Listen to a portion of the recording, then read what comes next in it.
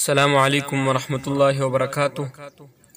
ملګرو ډیرو ملګرو به سوال کولو چې د نوکونو کټ کولو اسلامي طریقه څه ده، سنت طریقه څه ده چې په کوم باندې موږ نوکونه کټ کوو.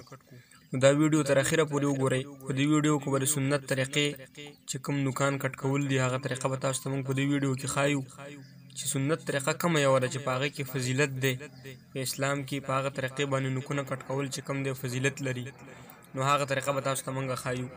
دا لاس چې کوم دی دا ښي طرف لاس دی، ښی لاس دی، او دا ګس لاس دی. نو اسلامي طریقه دا ده چې د دې ګوتې نه به شروع وکړي. اول نمبر به دا نوک کټ کړي، بیا دا، بیا دا او بیا دا. کله چې دا پوره شي نو د هغې نه پس به بیا د ګس طرف لاس د دې ګوتې نه شروع وکړي، بیا به دا شي، بیا دا، بیا دا او بیا دا. تاسو ته موږ طریقه ښایو د نوکانو.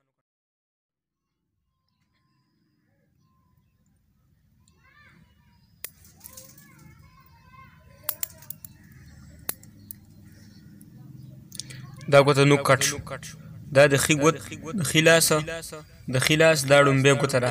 اول به دا ګوته کټ کوي نوک، بیا دا،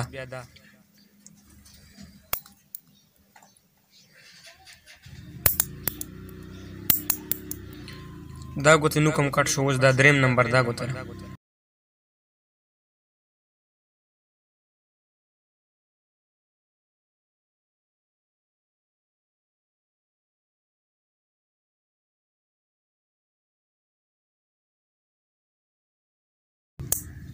دا څلورم نمبر دا څلور، یو دوه درې څلور، دا ګوتې کټ شو نوکان. اوس به د ګس لاس دې طرف ته راشو، دا ګوته به کټ کوو. د دې ګوتې نوک چې کوم دی دا به کټ کوو.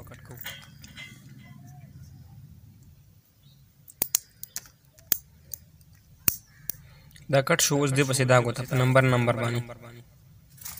دا د نوکانو کټ کولو اسلامي طریقه د ډېرو ملګرو به تپوس کولو. د دې پسې به اوس دا ګوته د دې نوک کټ کوو.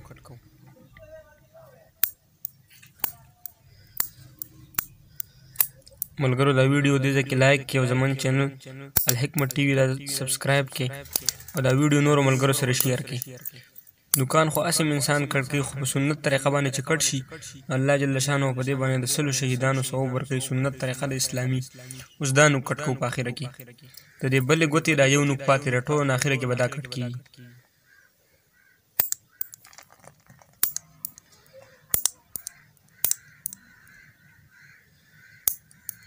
په اخره کې به اوس دا نوک کټ کړی شي.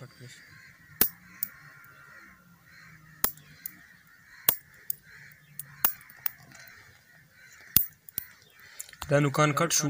یو ځل بیا تاسو سره طریقه ښیم چې اول نمبر به دا نوک کټ کړئ د ښي لاس، دا ښی لاس دی. اول دا، بیا دا، بیا دا او بیا دا.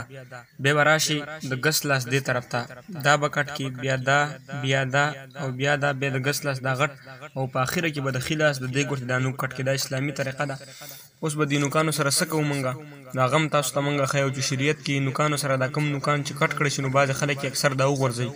دا صحیح طریقه نه ده عزتمندو. دې سره اسلامي طریقې سره چې کم کار کېږي هغه موږ تاسو ته په دې ویډیو کې ښیو. مخکې ویډیو ګورئ موږ سره. د نوکانو اسلامي طریقه دا ده چې کله دا انسان کټ کړي نو د هغې نه پس داسې معمولي شان سیټ ته ډوله وړه کډه وکړي. موږ تاسو وینئ د ویډیو کې دغه شان معمولي کنده به ور وکړي و سیټ ته، او په هغې کې به چې کوم نوکان کټ شوي تاسو دا وینئ. دا د کوم نوکان چې موږ کټ کړي وو هغه په دې کې وغورځول او د پاسه به په هغې باندې چې کومې خاورې هغه به داسې ور واړوي. نورو ملګرو سره هم د ثواب په نیت باندې دا شیر کې ملګرو ته به د نوکانو کټ کولو اسلامي طریقه معلومه شي. اسیم انسان نوکان کټ کوي، خو چې په دې طریقه باندې کټ کړي الله جل شانه به ثواب ورکړي.